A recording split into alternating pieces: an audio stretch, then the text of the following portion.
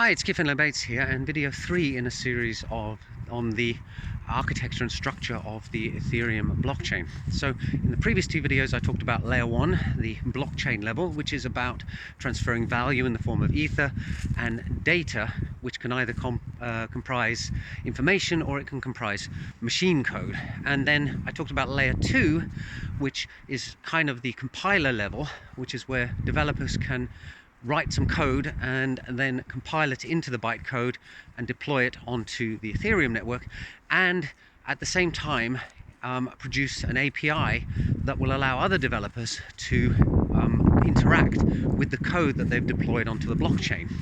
And that then introduces layer 3. So most interaction with the smart contracts or the code on the Ethereum blockchain is done through web browsers.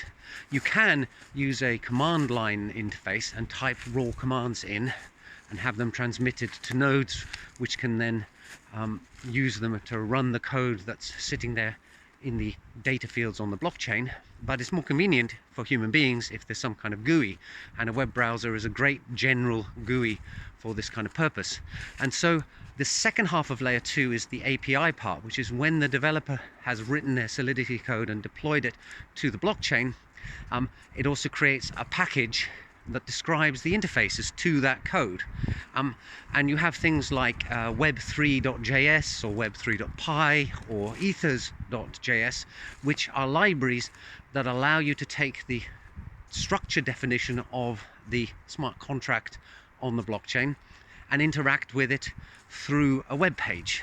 Then you can have text fields and drop down menus and buttons and stuff, and when a user fills details into them and clicks submit, the library will then interface, create the right transaction string to send off to the blockchain to actually have a meaningful interaction with the smart contract bytecode sitting on the blockchain itself.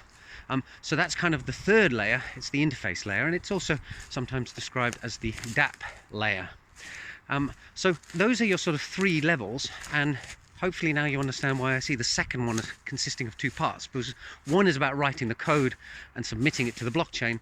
The other one is then subsequently interacting with that code in a meaningful way.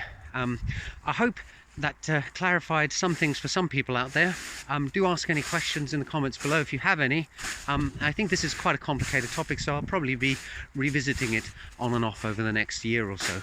Bye for now.